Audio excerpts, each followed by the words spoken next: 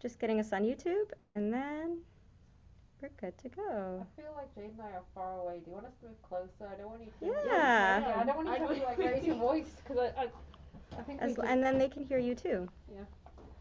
I think Jade just wanted to head of the table. Oh. I would move towards that end of the table, but No, you've got wires here. and stuff.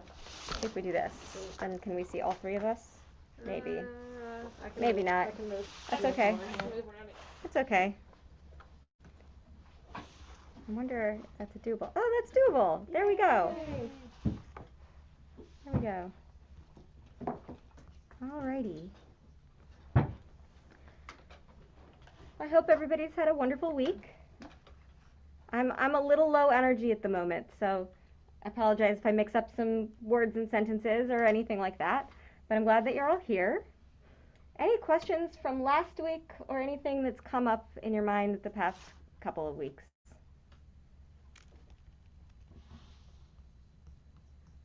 Great. When it said removing leavening products on Passover, does it include even baking soda and salt? Because technically those are leavening. Oh, that's a great question. It depends who you ask. So when they mean leavening products, they really are referring to primarily. So on Passover, we don't eat the 5 biblical grains. So that's going to be wheat, barley, rye, oats, and spelt.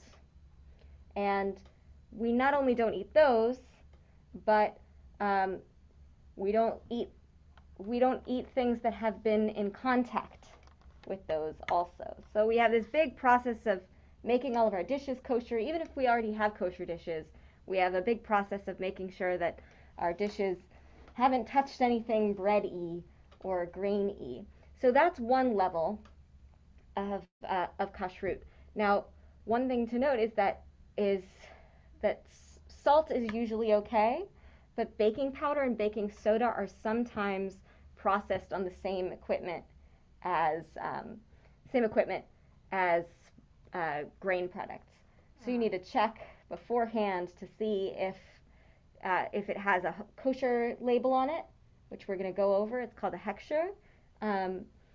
So you would check beforehand if you're being really, really, really, really strict. You would check beforehand to see if it has a kosher label, but really, baking powder and baking soda and salt are probably fine. And could you give them to like a family friend who's not Jewish, put it into their house?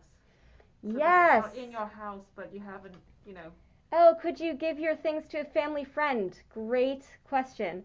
So technically, yes. There is a cheat to Passover that I don't like very much, and I try not to use it. But there is a cheat. There's a loophole, a legal loophole, where you can technically sell your products, or if let's say that you have a really expensive bottle of whiskey, right, or some sort of grain that's really expensive or really valuable to you, or something.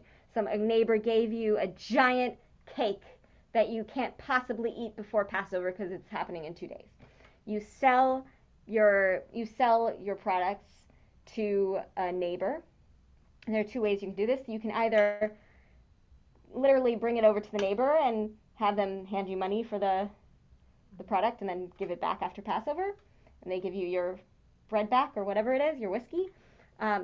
Or you do this weird fictional product where you process where you leave your whiskey in a cabinet, you tape off that cabinet, and you tell your friend, okay, I am selling this to you.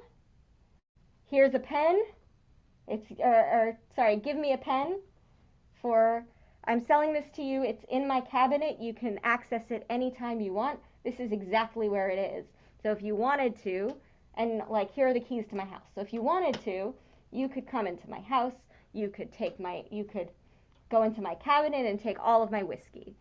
That would be a terrible friend, but if they actually went through with it. But before Passover, that's basically what a lot of Jews will do, is they'll find the rabbi of the community will usually find somebody who's not Jewish, and everyone will sell their leavened products to that one person. The Rabbinical Assembly, the conservative movement kind of center, has one rabbi who does this. So if you really want to sell your grains, you can. I'll give you the link, and you can do that. For me, I just kind of try to get rid of all of my grains and donate all of my unopened packages. I feel like once a year we need a little bit of a clean out.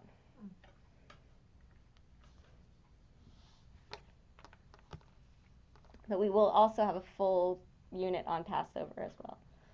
Passover is a little bit complicated, but we'll walk through it together. But before the complications of Passover, let's talk about the complications of Shabbat.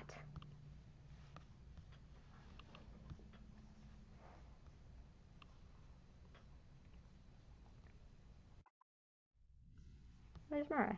Good.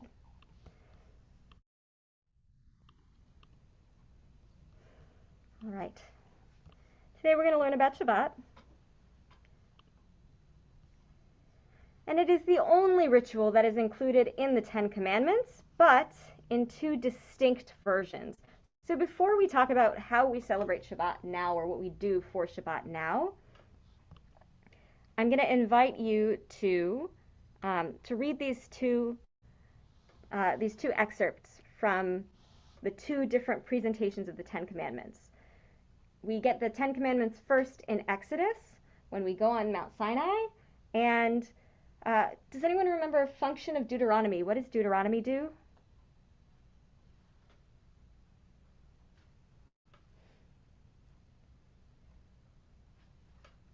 It repeats everything that's already happened. So because Deuteronomy repeats everything that's already happened, but this time from Moses' point of view instead of God's point of view, sometimes things are worded a little bit differently. So what we're going to do is we're going to look at these two different explanations of why Shabbat. This is from the Ten Commandments, but two different versions of the Ten Commandments.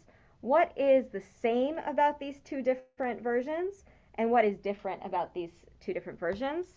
We'll do a little Venn diagram in a moment, but for now, if you have a pen and paper, and I'll give you a printed version too, I'd love for you to write down what is similar, what is different, and you can even put it in the chat or say it out loud, either way.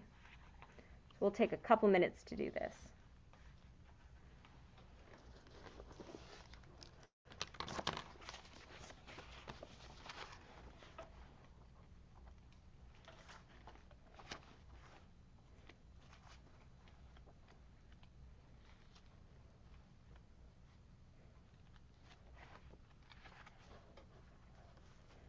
So if it's easier for either of you at all, oh, Emma's got it.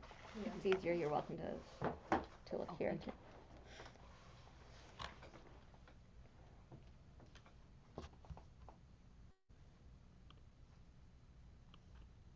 Oh, except I already wrote all the answers on there. No.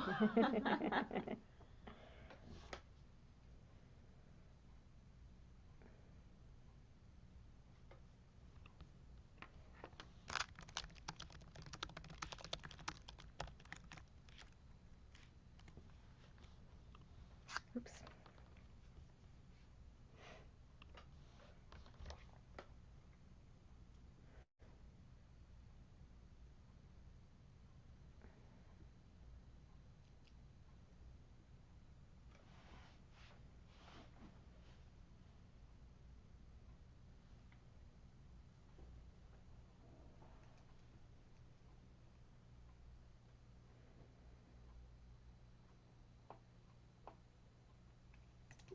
Well, if I can just shout one out, in Deuteronomy, it specifically ties Shabbat to the events of Exodus.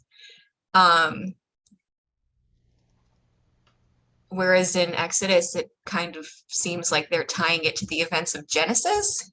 Yes, exactly. Right, creation. So we've got two different reasons why we might celebrate Shabbat. We've got creation and Exodus. Right, that God rested on the seventh day, and also that that finally we were free to rest on the seventh day, so we rest on the seventh day.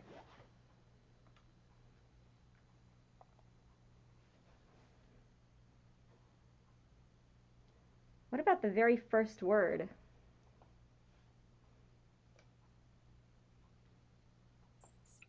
Well, it's similar, right? Because if you're to guard versus remember, because if you're talking about creation, then you're talking about like remembering like what had happened. And when you're talking about guard, you're more talking about remember what had happened for you and guard that for you and your people. Hmm. Like, Nice. I don't know if that makes sense. Like, make sure that you're always able to do this. Great. So it's kind of active, where remembering Hmm. might be a mental thing to do, and guard is really something active. And the rabbis are going to take this. The rabbis of the Talmud are going to take this in a very specific way. And Mara says, I also associate guarding something with protection. There's this idea that what happens if we don't do this? Someone's going to take it, is the implication. Someone might take it away from us.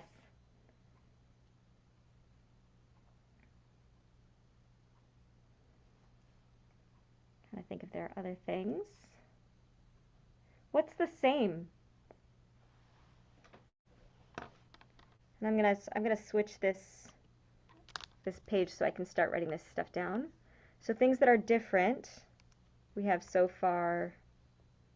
They both make it clear like it's a day of rest. Yes, definitely a day of rest. They both include everyone down to the animals. Yeah, everyone, even animals. Creation, Exodus. Great. Let's see.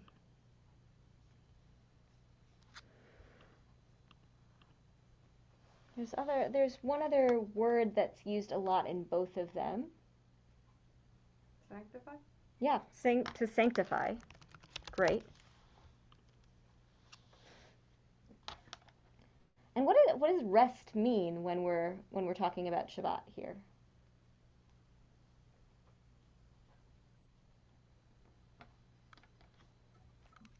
I feel like I'm cheating, but not working. Yeah, do no work, right? Yeah, do not labor. And both of them talk about not laboring. Great. Oh yeah, and one character is involved in both of these.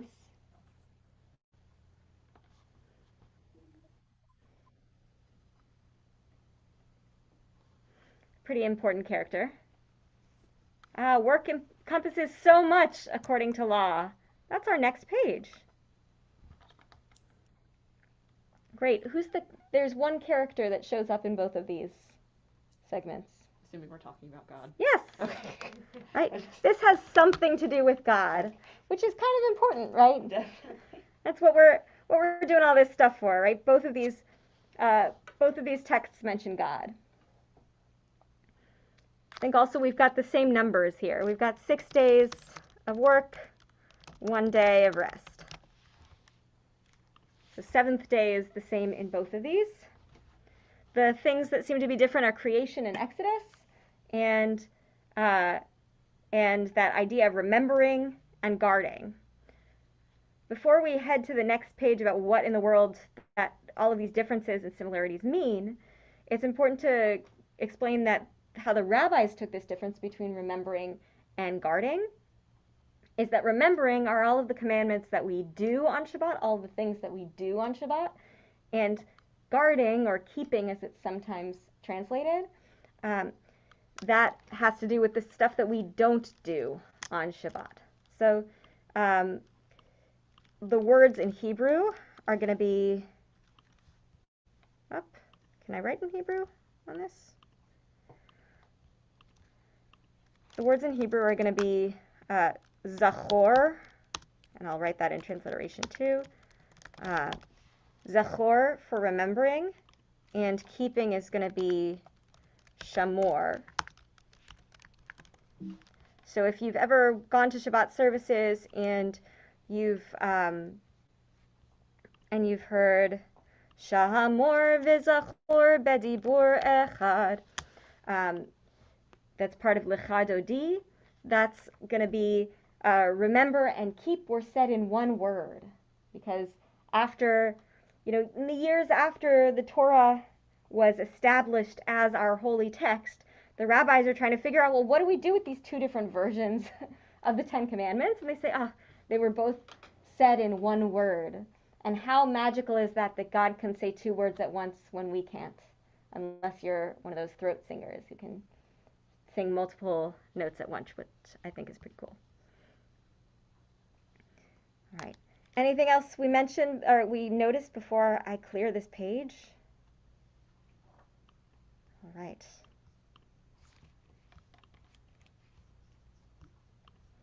All right. As we said, Zachor, Shamor is guard or the don'ts. Zachor is to remember or the do's of Shabbat. So what do we mean? The essence of Shabbat. Before we hear Rabbi Dorf, why might we not do stuff on Shabbat? Why be for keeping Shabbat? One of the things we do in keeping Shabbat is not doing stuff, right? Not doing work. So stepping outside of the text, the biblical text, what might be the benefit of choosing specific things not to do on Shabbat? Stops there kind of being a gray area where you can slippery slope kind of. Certainly employers might say this doesn't really Oh, that's a really good point with employers, right? If you tell your employer, I keep Shabbat, this is what keeping Shabbat means, these are my limits, then absolutely, right? Or for yourself as well. Right? If I'm not going to work in a job that means that I have to work on a Friday night or Saturday morning. Right? That's a really hard thing to do. Or I'm only going to live somewhere where I can walk to synagogue. Right? Those are setting those boundaries so that there isn't that slippery slope. So that if I'm out in the car on driving to synagogue on Shabbat, maybe I want to go get some frozen yogurt while I'm out. Right? And maybe while I'm getting frozen yogurt, maybe I might want to go shopping, right? And I know that we're all mature adults and we can all, make choices about our own boundaries. But that is a possibility, that is a slippery slope, and it's something that rabbinic talks about a whole lot. Rabbinic text talks about a whole lot. So there's setting that boundary. There's getting rid of the gray area. Why else might we want to name stuff not to do?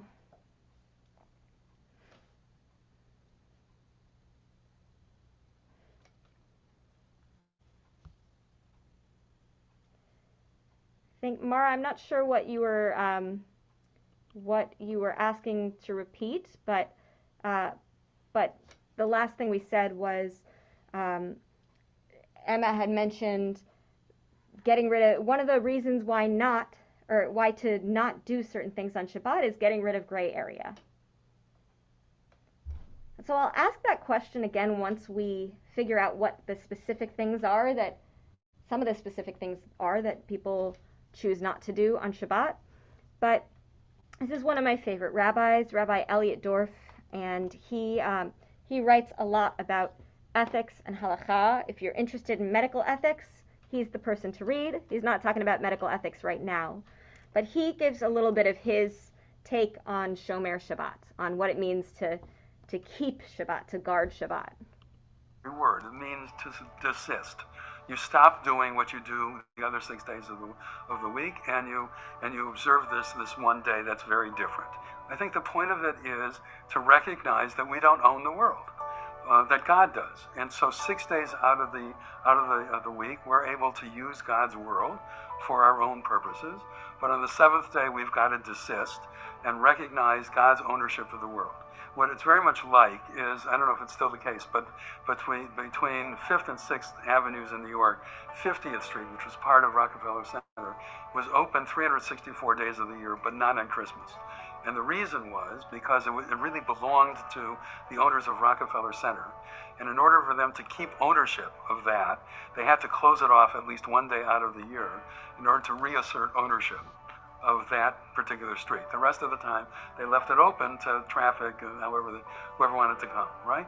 And in the same sort of a way, one day out of 7, God reasserts ownership of the world and says, these things you may do on this day, but not other things, right?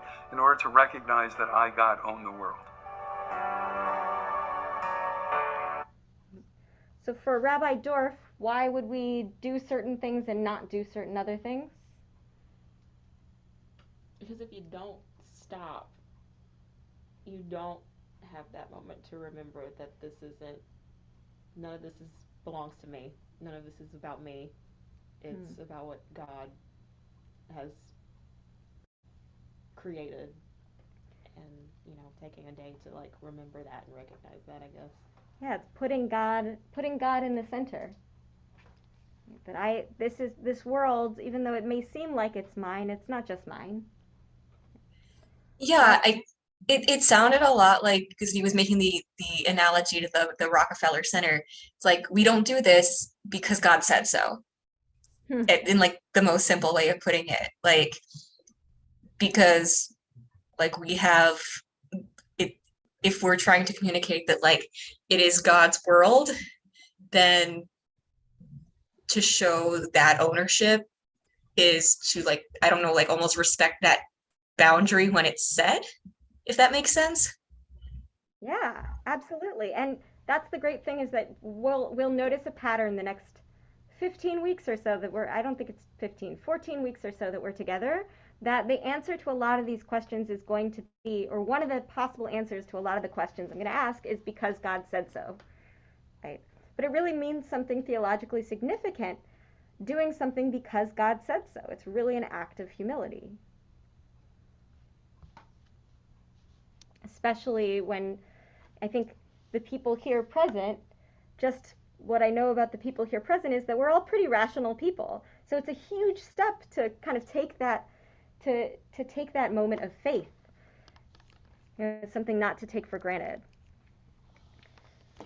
When we talk about the stuff that we don't do on Shabbat and the stuff that is mentioned that we don't do in those 2 portions from Torah, we talk about in Hebrew melacha, which literally means creative labor. And it's an action that creates or destroys or permanently changes. So really broad-based, what we don't do on Shabbat, halachically, is stuff that creates, destroys, or permanently changes. In Mishnah Shabbat, we get this lovely list of 39 actions that we don't do on Shabbat. And so I would love, if you know how to use the annotate function, I would love for you to circle for me or to check mark for me things that you actually do on a weekly basis, on a weekly or daily basis, things in this list of 39 that you tend to do. Question with the baking, does this include baking in the terms of just putting anything in the oven, or are we talking like baking as in bread? We'll get there. We'll get there. But if you bake often, then absolutely. Think about the things that you tend to do. If you don't know how to use annotate, you can put it in the chat as well.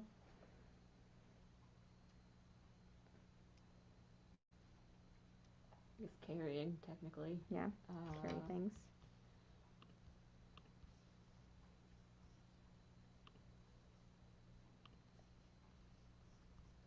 Combing, is that like your hair, too? That's a question, yeah. But I don't even know where these things are. Oh, I'm starting at the back, the bottom. Ah, Yeah. okay. Working my way up. Carrying. I think you could call bleaching doing washing, because you technically put in stuff that might contain sort of things that have bleaching properties. For sure. Bleaching. Wherever that is. I'll get there. Row. Oh, here we go. Bleaching. And so what book are we pulling this from? So this is from the book the page that we're on. We're on 1 foot, which is here. Right. And this is page 70, but originally this list is from the Mishnah. I was going to ask, is it too late to get the book? I know you already ordered. It is not too late. I have extras. Oh, good, okay. The extras here. Yay. I just wanted to make sure Mishnah is not like a translation for something, a book in the Jewish Bible that I'm missing. So Mishnah is a text that was written between about 0 and 200 Okay. of the Common Era. It is part of the Talmud. It's like the oldest part of the Talmud. Okay. Because I know, having been married to Tessa now for a year, that rabbinically speaking, kindling and extinguishing a fire is done pretty much daily when you have cell phones and screens. They contribute to that in the convention and the, oh God, it's Yeah. not conventional, but in our Jewish synagogue, it's considered that typically, not so much in a reform potentially. Well, it's interesting because computers and cell phones are certainly a question. Mhm. So a lot of these that you're asking, that's a lot of these things that you're asking are things that are kind of a question. But for now, let's just look at the things that we know that we do often. I need a lot. We need a lot. I do a lot of bread baking, so I'm actually needing. Nice. Tying knots all the time. Far Yeah. left. Yeah. Absolutely. Demolishing it, scraping. Scraping, yeah. I mean, it's kind of sad to say killing, but like, how many times do we like have a bug in the house? And so, if we have a bug in the house, we either kill it or trap it and take it outside. What is like selecting? What is that supposed to be?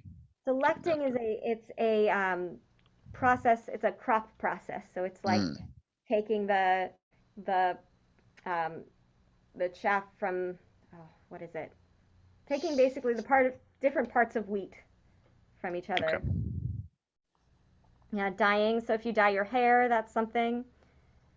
So a lot of these are things that we do on a regular basis. Let's say cutting. A lot of these are things that we do on a regular basis, and some of us do these things more than we do other things. But as some people were mentioning, a lot of these 39 actions kind of expand, right? Baking uh, does not just mean baking, because does it mean can I put nothing in the oven? Can I put everything in the oven? What does baking mean? So baking is specifically going to be cooking without. It's basically cooking without water. Um, but cooking comes out of baking, right? So we can't cook. Um, Kindling and extinguishing a fire, right? That literally happens every time we cook. But then you've got the question, what about a microwave? Right? When I don't have to kindle a fire or extinguish a fire, what if I already have the pilot light on in my oven? What do I do then? Right? So there are different opinions about all of these different things. Building is a big one, because a lot of people will say that when I turn on a light switch, I am when I turn on a light switch, I am building a circuit, right? I'm closing a circuit, therefore I'm building something, right? Or when I turn on a light switch, going back to kindling a fire, if it's not a fluorescent light, or sorry, if it is a fluorescent light, then there might be a spark. I don't know if you've ever looked closely, or if you've spent any time with our yahrzeit lights on the walls of our synagogue. They're very old, and I've burnt my hands multiple times changing them, right? Light bulbs do contain something resembling fire, right? Or might spark, right? Driving a car, when I drive a car and I start the engine, if I don't have an electrical car, then I'm kindling a fire, right? So each of these things is not just the action itself, but it expands, right? Writing can turn into painting, also can turn into putting on eyeliner, right? And so it would take us hours and hours and hours to go over each and every one of these things, but I think this is just a demonstration um, of how much potentially there is that that halachically we don't do on Shabbat. Right, other questions about any of these specifics? I guess not specifics, but it just really feels like for the time they're like, let's put everything that you could possibly be doing on this list. And I get it, Yeah. but I mean, it really feels like someone sat down and was like, okay, I can't start a fire, I can't sew, I can't like just anything Yeah. they would have been doing back then, like. Right. There's a thought that there's a rabbinic idea that these actions represent all the actions that they did to build the tabernacle, to build the Mishkan. Got it. Everything involved in that. Because we have to be okay with this world that we have right now. This is our ideal world right now, however we have it. I like that. No more creation. Yeah, I was gonna say that like all of these actions sound like human acts of creation. And if, as we were talking about, one of the points of Shabbat is to respect God's creation, I don't know if that there's like a tie in there, but that's kind of how it struck me. Absolutely. And I think what Mara said also, that Shabbat also meant to be a day of reflection? If you're not doing all of this stuff, if you're not creating, if you're not thinking about what comes next, you have time to think about, well, who am I? What was this week? How might I want this next week to be? It absolutely lets us take that time. I think one other reason that we haven't mentioned yet about why to not do all of this stuff, and this again, just like because God said so, another reason why not to do this, or why not to do certain things, that an answer that will come up a lot in this class is community.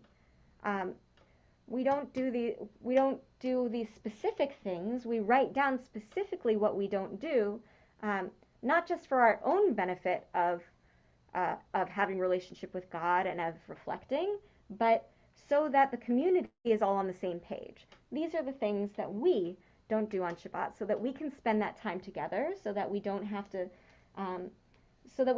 walk around, tiptoe around each other's boundaries, so that we're spending that day together with a common understanding. Mara asked, I had a specific question about reflection and writing, because writing can be very instrumental in reflective process, but is forbidden on Shabbat. I was thinking specifically about that. And that is absolutely something that a lot of people struggle with. But I think one of the beauties of not being able to write on Shabbat is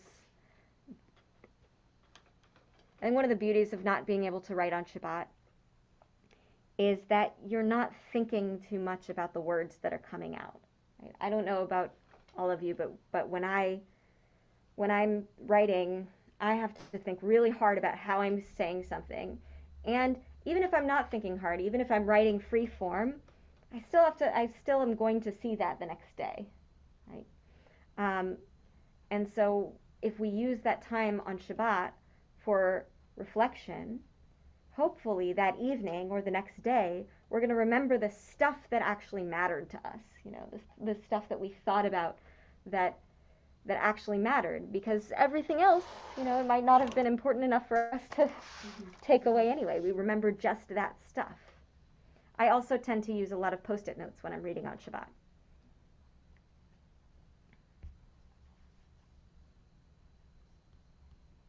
But I think back to Curtis's initial comment about the cell phones and computers and electricity, that idea about electricity is one that a lot of people will debate on. Can we use electricity on Shabbat? For me, I'll turn on and off lights on Shabbat for sure. I'll turn on and off lights on Shabbat. But I try not to use my computer or cell phone, just because for me, number one, using computer and cell phone, I have a lot of typing. For me, I think is a lot like writing, and you're recording stuff, right? Every time you use your computer or your cell phone, we all know that we live in an age of technology where we have companies that are recording everything that we're doing and saying all the time, unfortunately. And so every time I pick up my computer or cell phone, there's definitely some information being recorded either for me or for somebody else. But also, there's another concept we're about to learn called shvut. So it's an activity, while possibly permitted by the letter of the law, is not in keeping with the spirit of Shabbat. So for me, I like to have 25 hours out of my screen, right? With my screens off, because I know that I'm addicted to my cell phone and computer just like everybody else. And so I like to have that time without it, not so much because of that halachic necessity, but because to me, doesn't feel like it's in the spirit of Shabbat. And for the Jewish community as a whole, there's been that development of opinion that, oh, no cell phones or computers on Shabbat, because it's just not in the spirit of Shabbat. Right? Similarly, because we don't spend money on Shabbat, that comes from writing again, because we don't spend money on Shabbat, we a lot of times won't talk about money or business on Shabbat. Right? It's not forbidden to talk about money and business on Shabbat, but why talk about money or business on Shabbat if that's something we're not doing? Can you talk about why you changed your position on turning on and off lights? Because you probably knew me at a time when I didn't turn on and off lights on Shabbat.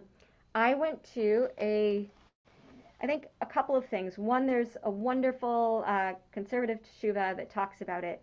That I think it's a little bit much of a stretch to say that that turning on and off a light is building and breaking down a circuit. I think that's a little bit too much of a fence for me. I think also I went to a seminar in Israel about is electricity forbidden or permitted on Shabbat, and all three Orthodox rabbis who were on the panel said no, electricity is not, or yes, electricity is forbidden on Shabbat, and none of their reasoning made any sense to me, right? Their reasoning was all basically, no, it's not forbidden, but we shouldn't do it anyway. So for me, even if those individuals didn't have a good reason for forbidding electricity on Shabbat, I then decided that I would turn on and off lights on Shabbat. Right? So that's how my position changed. But also, like a lot of things in Judaism, my position on electricity changes a lot. There are certain things about Judaism that I keep to all the time, and then there are certain things that my opinion changes over years, and it's probably going to be the same with anyone who starts the path. So with you and Rabbi Feivel, like walking to like synagogue on Shabbat, then is that Shavut or however you pronounce that, because it's not in keeping with it? Is that the logic behind that one? So for me, for Rabbi Feivel and me, it's not Shavut. It's from lighting a fire. Lighting a fire. Okay. Right. So that tracks. A couple of things. So one, it's lighting a fire with his car, because his car has ignition.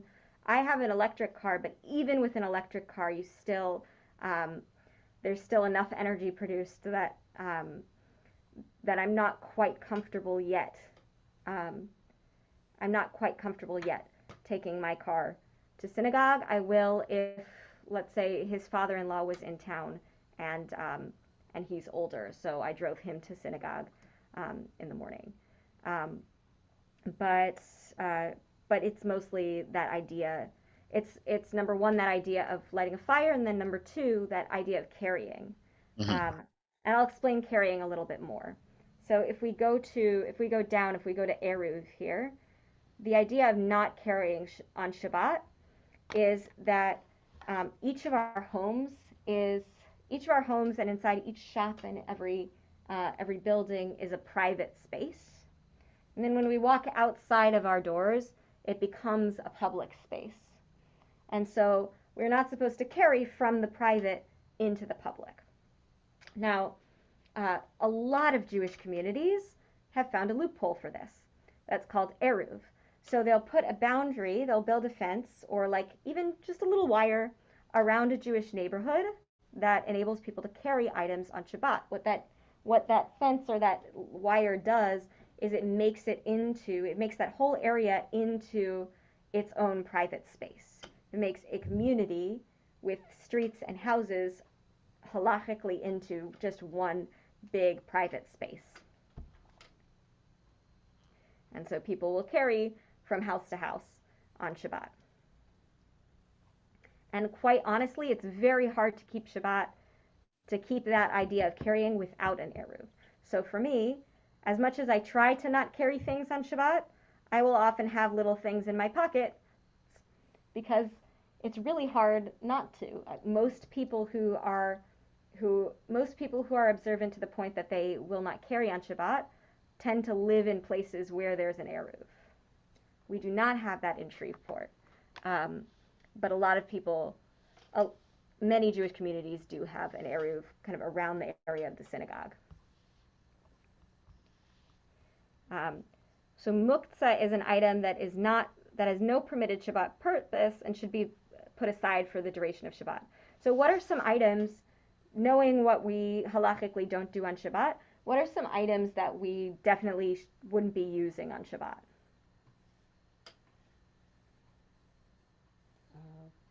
Pens. Yeah, Notebooks. pens, notebooks.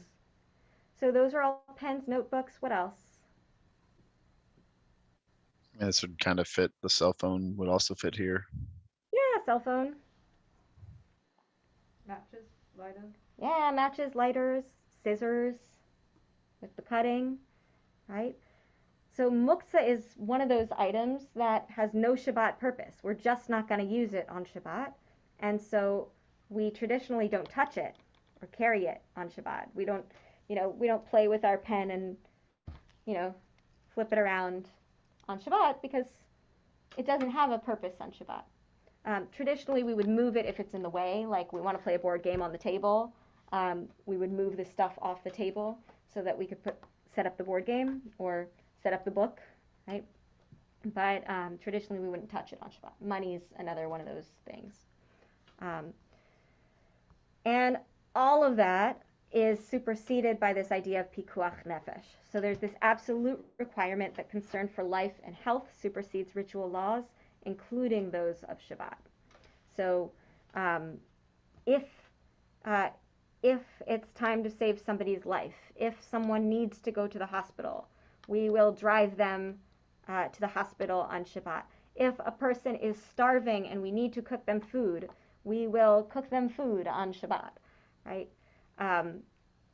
Anything that is endangering somebody's life, or anything that has the potential to save somebody's life supersedes almost any other commandment in the Torah, and definitely any commandment that has to do with Shabbat.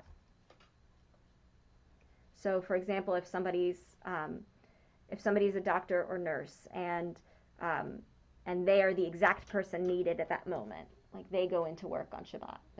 In Israel, there are a lot of doctors and nurses who will go into work and they'll figure out ways to do their job to the best of their ability, of their ability to keep Shabbat, but at the same time, anything that's needed to save that person's life supersedes Shabbat itself. Is there I'm sure there is. There's plenty of Jews in the military, and our profession at the end of the day is warfare. Is that in keeping with it at all, or was there rabbinical text or anything on that I could maybe dive into a little more? Well, there are lots of rabbinical texts. I don't have them all memorized, but I will definitely find them before next time. What I can say though is there's a big question about the place where it's really presented is in Mishnah. It asks this question of, well, what counts as clothing, right? Because I have to wear my clothing, right? I have to wear my clothing. Do earrings count as clothing, and a bracelet and necklace? Yes, they do. What if you tend to carry around a sword with you? Does that count as clothing, or does that count as an object? And they come to this conclusion that it is clothing, but on Shabbat we're supposed to be in this ideal mindset of an ideal world, right? ideal mindset of this ideal world in which there's no war, and so it's preferable not to carry around a sword on Shabbat. Um, but if it's going to save lives, then it's necessary for military to be working on Shabbat. So as Emma suggested, even with halakha, there's a lot of gray area, but I'll find some specifics for you as well, because that's a big question for the Israeli military too, right? We can't just shut down the military for 25 hours Right. each week. That and like also killing as a whole and that like self-defense, I'm sure comes into place. So it's a defense force. I'm sure it's where it gets into, but I'd just be interested to kind of look into that. Yeah, I definitely want to do a little bit more reading before next time, and we can talk more about that the week that we talk about Israel. But I'll definitely bring in some sources about that next week as well, because that is a big question with lots of writings about it too. All right. So other questions before we get back to Heschel again. Um, Other questions about these laws? And we'll, in a few minutes, come to what in the world we do with all of this, because this is a lot. We don't just, we can try just jumping into it and doing everything all at once. And for some people, that's the way to do it. For a lot of us, it's a little by little process, especially if we're living somewhere like Shreveport, where we don't have an eruv, and where, quite honestly, we don't have a whole lot of people who would call themselves Shabbat observant. Right? It's hard to do it without that established community. So Rabbi Abraham Joshua Heschel, the one we've seen many times before, writes this gorgeous passage about, again, what we've been talking about why to not do certain things on Shabbat. And he writes, "He who wants to enter into the holiness of the day must first lay down the profanity of clattering commerce, of being yoked to the toil. He must go away from the screech of dissonant days, from the nervousness and fury of acquisitiveness, and the betrayal and embezzling his own life. He must say farewell to manual work, and learn to understand that the world has already been created and will survive without his help." That last line always throws me, right? The world's going to be okay without my help, at least for 24 hours or 25 hours, right? Maybe not for 26 hours, but for 25 hours, the world's going to be fine without my help. It's already been created. And that's such a helpful message for people who are like pathologically busy, you know what I mean? Or constantly feel compelled to work and think that the world will fall apart if they're not constantly being productive. Absolutely. Right. Mara says it's sometimes nice to realize how insignificant you are, that you're a tiny person on a rock floating in space.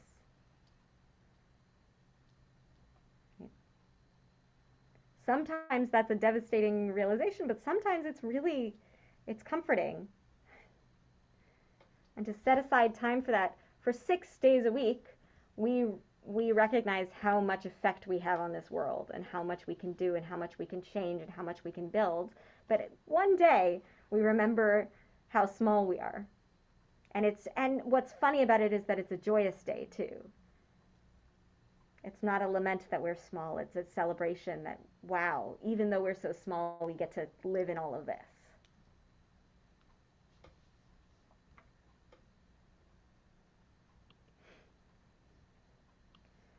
So we talked about the stuff not to do. And of course, we can learn for months and months and months about all the stuff not to do and still not come to conclusive answers. But the stuff to do is actually pretty straightforward and is pretty positive. So Shabbat starts 18 minutes before sunset on Friday. When I write in the announcements what candle lighting time is that's that 18 minutes before sunset on Friday. So we light candles to say, okay, Shabbat's beginning, but really, you actually, when I write that candle lighting time on our announcements, you actually do have that 18 minutes till sunset, technically. Is there a reason for 18 minutes? Seems like a very specific number. I need to look that up. Thank you, Mara. I'll look that up and I'll report back next week. Thank you. I I love those questions because those are things that I haven't thought about before that I probably should have. So thank you. And Shabbat ends about 1 hour after sunset on Saturday or when 3 stars are visible in the sky. And there are lots of different opinions about how many specific minutes after sunset Shabbat needs to end. But the easiest way to check is looks like it's getting dark outside, walk outside, look in the sky. Are there 3 stars? Great. If the sky's cloudy, that's when it's a good time to check your local Hebcal times or your local Chabad website, and it'll tell you an approximate time when Shabbat's going to be over, or really an hour after Shabbat started.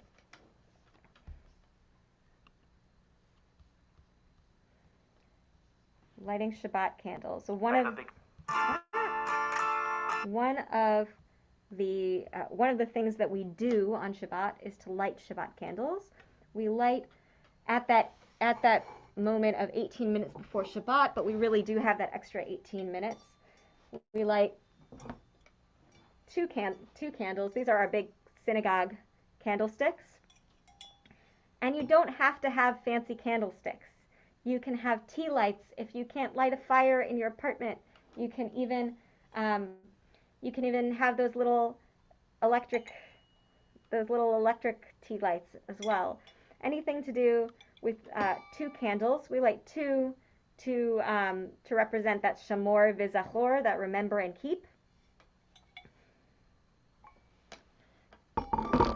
And it is this really special time in which, if you talk to different Jewish families, people will talk about the different traditions that they have at that candle lighting moment. Some people will do it very quickly because they want to get out and go to synagogue, but some people will have these blessings that have been handed down from generation to generation that they say with the candle lighting each and every week. We have a few of those families in the synagogue. Next time you are at Shabbat services, either here or somewhere else, I challenge you to, if there is a family that you know has been Jewish for a very long time, or hasn't been Jewish for very long, but you know that they are really dedicated to the rituals, maybe ask what Shabbat candle lighting looks like for them each week, and you might get a different answer from different people. So this Rabbi Noah Farkas will explain a little bit about what Shabbat candle lighting looks like in his home. I have 4 children. Our house, well, let's just say our house is never clean. And I have a big family. I have 4 children. Our house, well, let's just say our house is never clean. And it's never quiet. Except for one moment a week. When we take out the candles and we're about to light the candles, it's silence. My favorite moment of Shabbat every week is the moment of candle lighting, and then we cover our eyes. And I recite the prayer really slowly. You know, I sing the prayer slowly and kind of let the darkness set in with my fingers. And then when I lift my fingers up and I see the light of the candles, there's this really profound brightness that comes into my eyes and it feels like it penetrates my soul. And when I light the Shabbat candles, I absolutely feel my shoulder muscles relax. And I feel myself take what might be my first deep breath in a long time. And I say, whatever isn't done, and it's not going to get done for the next 24 hours. And so I can just relax into what is. And that feels like a weekly declaration of independence. My great-grandparents, the one thing they brought from the old country were silver candlesticks. And so I light on their candlesticks, and I think that they're present with us. And then I think, well, their great-grandparents also lit Sabbath lights, and their all the way back. These lights have been lit continuously by the Jewish people for thousands of years. I think about all the light from all the times. And then I think that all around the world, there's this wave of candles being lit as sunset comes in different places, so that if you had a picture across the globe, it would look like Dodger Stadium and a wave. You would see these lights just flickering on, marching across the planet. And that also, I think about how we're all united in the lighting of those lights.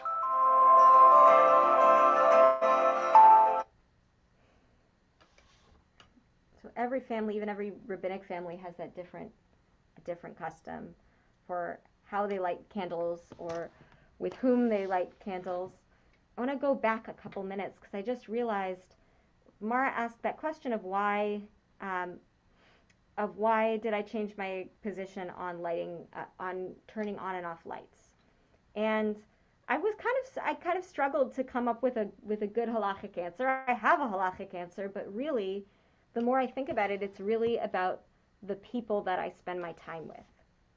So, Rabbi Feivel does Shabbat a lot differently than I do. He has different opinions about what the halacha means, and so both of us have had to change our Shabbat practice a little bit to fit what it's like to live in a family together, right?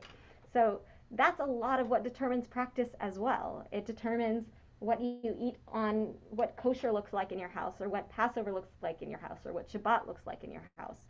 Is about figuring out how do I accommodate, how do I both live that Shabbat observant lifestyle or that Jewish lifestyle and also respect the needs and the practices of my loved ones as well. So it's not just all about what the texts say, but also about what are the needs of my family. We have a demonstration about how to light Shabbat candles.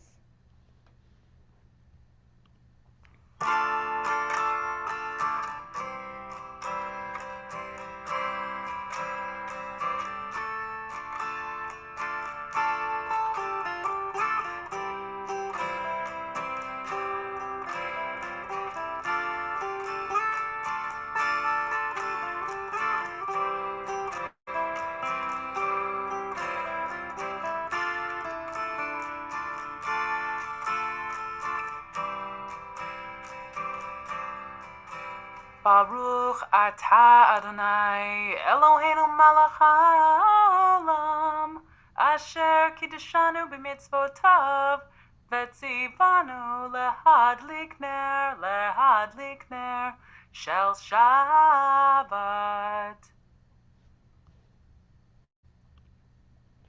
I'm curious, does anyone here already have that practice of lighting Shabbat candles each week? Yes, ma'am. And what does that look like in your house? Typically, we start off by getting everything ready, so all the food and everything on the table, and then I set the candlesticks up, and after I say the prayer, then basically it just follows the blessing over the wine, washing of the hands, and the blessing over the bread. I love that. So you do the candle lighting kind of in conjunction with the rest of the meal, with the rest of the evening's activities. Yeah. It's wonderful. Great.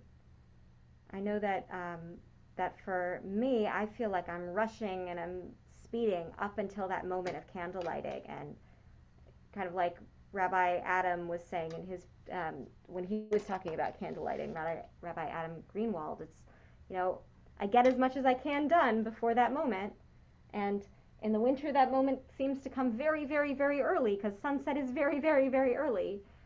In the summer it seems to come very late, and I have lots of time during the day, but whatever I've done during the day, that's what I've done. I'm curious, as you all, if candle lighting is something that you take on, what that evolves to look like in your homes. Friday night. Rabbi Sydney, Yeah. sorry, I had a quick question. Mm-hmm. In regards to God's holiest name, starting with Yod, is that name ever used in anything, for example, like anything at all, or is it just never said? great. It is never said, but I'll talk a little bit about it. So the God's holiest name, we don't know how it's pronounced, but the Hebrew letters are Yud, He, Vav, and He. I'm not going to write them out because we're not supposed to write them out either. But this is the name of God that is often translated as the Lord. In whatever Bible you're using, it's translated as the Lord, and in prayer we say Adonai to represent those 4 letters. When we see those 4 letters, we say Adonai. And in some circles, if we're not praying, we want to even reserve Adonai for only times of prayer and only times of study, and we'll say Hashem, the name, when we're talking about God. So even though we don't say Yud He, we don't pronounce Yud He Vav He, even though we don't pronounce that, we still we use Adonai as a replacement for that. There's this idea that the name was only said when the high priest went into the Holy of Holies in the temple or in the tabernacle on Yom Kippur. And now that we don't have a temple, we don't say the name anymore, right? We don't even know how the name was pronounced. But you may have heard possible pronunciations of the word or of the name. So, for example, Jehovah's Witnesses, they're called Jehovah's Witness because the Yud in old translations was pronounced as a J. Right, Yahweh, exactly. So Jehovah would be Jehovah, and so in Hebrew there are no vowels for Yud He Vav He, so they're adding in the vowels. Yahweh is the same thing, right? You add an ah vowel after the y sound between the y and the h, so Yah, and then ve or Yahweh, you could pronounce it, right? So those are possible ways to pronounce it, but they're not actually used in Jewish ritual at all. We try not to pronounce that name because there's that idea that this is a holy name that's reserved for that time when we can be back in the temple, or that time when we were back in the temple, right, in that area of the Holy of Holies. Sweet, thank you so much. Yeah. So it's almost like, so with the Yud He Vav He, it's kind of like YHVH. And then, the Y could sometimes be a J in certain languages, and the V could be a W in certain languages. Just depending on how you vote. And then you can add vowels wherever you want, and that's how it might be pronounced. We don't even know if that's actually what it was. Maybe it's just, those are just 4 symbols that are replacing what the original name was. So we don't actually pronounce that name ever. The rituals of the Shabbat day. So we talked about Shabbat evening. On Shabbat day, we have a Shabbat service, right, that anybody's invited to, either in person or online. We have lunch. At Agudath Achim, we do learning after lunch. But I like that it says lunch and low-key. After lunch, when I lived in Los Angeles in rabbinical school, I would just go over a friend's house and we would play board games the entire day until Shabbat was over. Now I come home and I take a nap. I take a nap, and then if we've got more time, I'll do something else, maybe take the dogs for a walk. But at this time of year, there's not a whole lot of time after we get back from synagogue until 3 stars come out. And then Seudat Shlishit is this idea of a third meal. There's a dinner time meal and celebration and service. We don't do that at Agudath Achim, but if you're ever interested, we can always organize it. It's also important what's not mentioned here. Is it mentioned in the before? Yes, the sacred Shabbat table. So it's really important that we have meals on Shabbat, that we make sure that we're fed on Shabbat. After the Shabbat day, at the end of the day, when we see those 3 stars out in the sky, we have what's called Havdalah, which literally means separation. So we say different prayers. We say 4 different prayers, 4 different blessings. One is a blessing over the wine, and this is actually our first and our 4th blessing. We start out with a blessing over wine, but we don't actually drink the wine when we say that blessing. The wine, whenever we drink wine in Jewish tradition, it's this symbol of joy, right? Because hopefully, to some extent, not for me because I'm allergic, but for a lot of people, drinking wine makes you happy. So we drink wine or grape juice as a symbol of joy. We then we smell some spices. So people will sometimes have these fancy spice, or will have fancy spice containers. This is just a jar of cinnamon from Kroger. But whatever spices you think smell good, we say a blessing over spices to bring that aroma of Shabbat into our week. So what's the stuff that we can take from Shabbat into the new week? What did we learn? What did we gain? Even if it was just taking a nap because we needed some extra rest. Our third blessing is going to be over this twisted braided candle. Lighting this candle is our first act of creative work. So we haven't lit a match for 25 hours, right? We haven't lit a fire. So lighting this candle is the first act of creative work. And we traditionally will look at the reflection of the flame in our fingers so that we're using that flame. Why is there a braided candle? Why is the candle specifically braided? There's not a good halachic answer, but it's tradition. So things that I've heard are, the intertwining of what we've gained from Shabbat into our new week, kind of like it was with the spices, or, everyone in the Jewish community coming together all around the world, kind of similar to challah. Same question as why is the challah braided? Well, it's tradition, and we can come up with lots of stories to celebrate that tradition.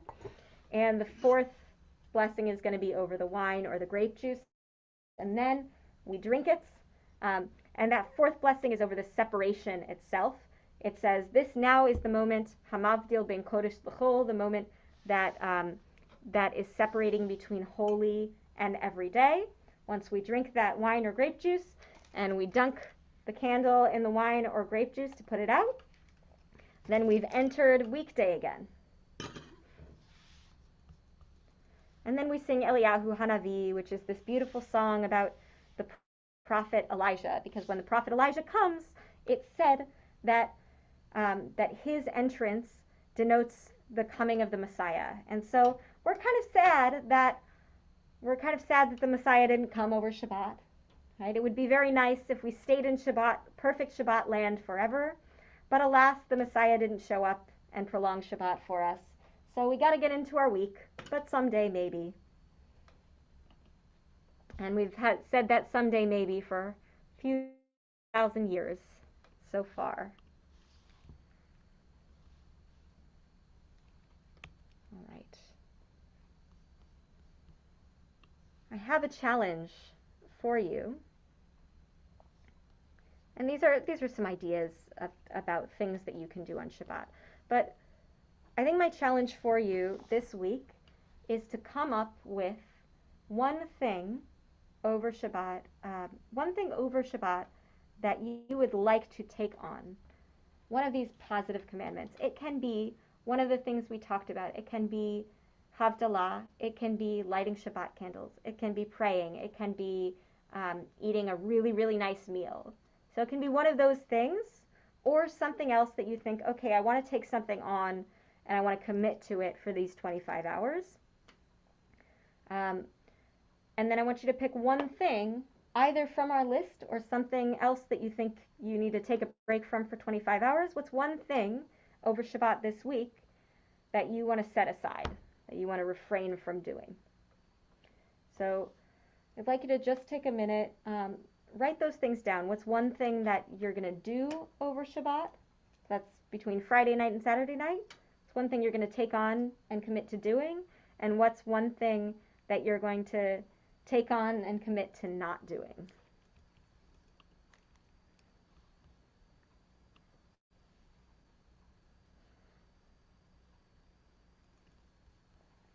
And these are some great suggestions on the screen also.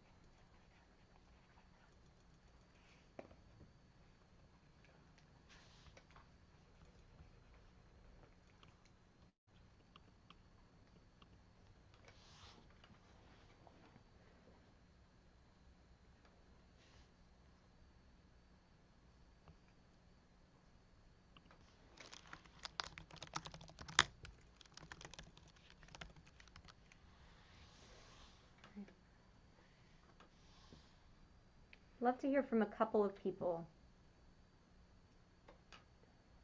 about what you're planning to commit to and to commit to not doing.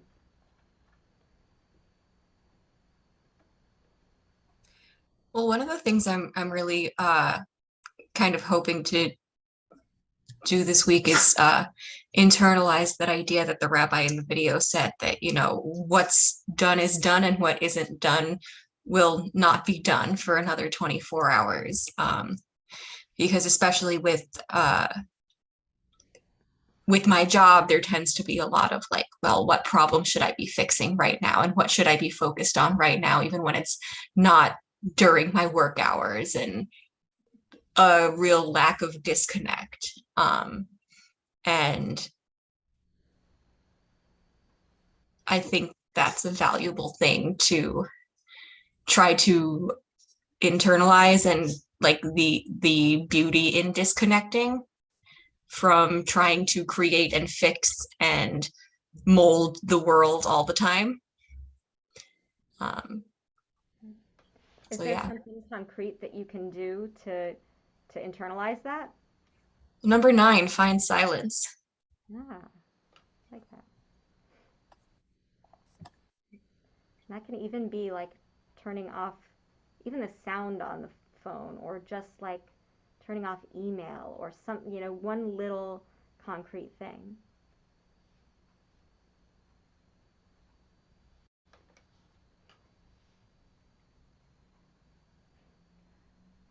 I think I'm gonna try lighting candles this week. I love that. And like we were talking about before, I work on Saturdays, so I can't avoid commerce, but maybe just me not spending money might be a good challenge. Like Yeah. pack a lunch, something like that. Yeah, absolutely. And so we were talking before this about how it can be really hard if you have a job that you have to work on Saturday. There are still things that you can do to mark the time, right? I know people who have asked their bosses, can they, go into the back, into the storeroom, and like have a little area to light candles, or a little area to do Havdalah. Oh, they are matching. That's really cute. Um, but you can, ask your employer, is there an area that I can do these rituals just to mark that moment in time, or like you said, not, I won't go online shopping during these hours, or maybe I'll just turn off Facebook for, I don't know how to turn off Facebook, but maybe, just not going to go on Facebook for 25 hours and see what happens, even if I have to check my email. So there are little things that you can do even if you have to work during that time. I think for me, something I've been trying to do the past few weeks is remember to do Havdalah. Um, I'm not the best at that, but the last 2 weeks I've gotten it, so I'm hoping to keep that streak going. Um, I always say Havdalah in my evening prayers, but I don't always do the ritual. So I want to get to that ritual. And then I think something I want to try that I haven't been strict about in the past is not carrying. I can bring I can bring a water bottle to the synagogue before Shabbat. Right? I don't need to carry lots of things, and it's going to be warm this weekend, so I don't have to carry a hat and gloves. Yeah, I was gonna ask about that. Like when it's cold and like you bring your coat, like is that carrying or is that clothing? Well, if you're wearing your coat, Mm-hmm. that's clothing. So I have to keep my coat on? Well, not when you're in the synagogue. Gotcha. Yeah, just okay. Just between the car and here. And what I will say too is, in this community, that's something that we tend to not be very strict about, because it's so hard in a community where we don't have an eruv. Is a lanyard counted as clothing? I would say yes, because if you're wearing it around your neck, why not?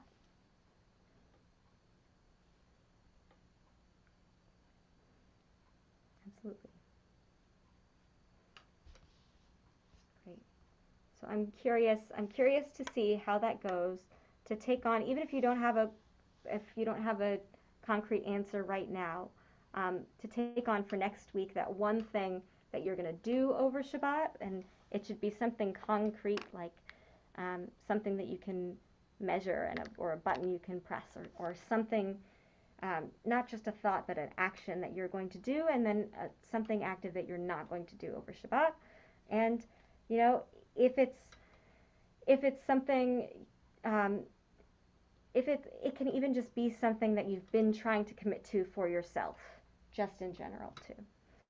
So I'll ask about that next week. I'll also figure out those 18 minutes and what those 18 minutes mean, and I'll also bring a few texts about military as well, and that might take a few weeks to go through all of the different layers, um, but I'll bring some about that next week as well. Great. Any last thoughts, reflections, questions before we sign off for today? I have a question which might not be something that can be addressed in the last few minutes, but something I'm curious about. Do different denominations of Judaism have different thoughts about afterlife and death? I don't think it's a denominational thing, actually. I mean, it is a denominational thing, but I think um, different Jews have different ideas about afterlife and death. Um, there are, and we do have a week where we talk about this, but I can summarize a little bit. Okay. That there are a whole bunch of different ideas. So one idea is this idea of I start with this one because it sounds a little bit ridiculous, um, except to the people who think that it's really great and this is how what the afterlife is gonna look like. But I mentioned a few minutes ago when we're going to be back to the temple and when the messianic age is going to come. So there's this idea that when the Messiah comes, everyone who's buried, um, everyone who's buried in their graves is going to roll underground to Jerusalem and then be come up from the dead, and they'll all party together in Jerusalem. So that's one idea of the afterlife, is like the worlds to come. That when the Messiah comes, um, we're all going to be alive again, and we're going to live in that perfect, harmonious world. I think it'll be a little bit crowded, but it's a nice idea, right? So that's one idea of the afterlife. Totally, even though I'm talking about it as like a strange image, for some people it's really comforting, so go for it if that's you. Um, for another idea of the afterlife, too, is one that I like that's Kabbalistic. I'm not a Kabbalah person at all, but I really like this thought in Kabbalah that we each have three souls within us, um, and when we die, the one soul of us um, that's kind of the same in each of us is like a little bit of God, and so when we die, that little bit of God is just going to go back to God, wherever God is, at all places, at all times, right? We've all got that in us. Um, then there's another bit of our soul that's connected to our body, because we're not just we're not just our thoughts and our philosophies and our feelings, we're our body too. And so we get buried in the ground with that soul, and that soul stays with us. And then our emotional, intellectual soul um, goes somewhere to be with all the other souls in the universe, all the other emotional, intellectual souls.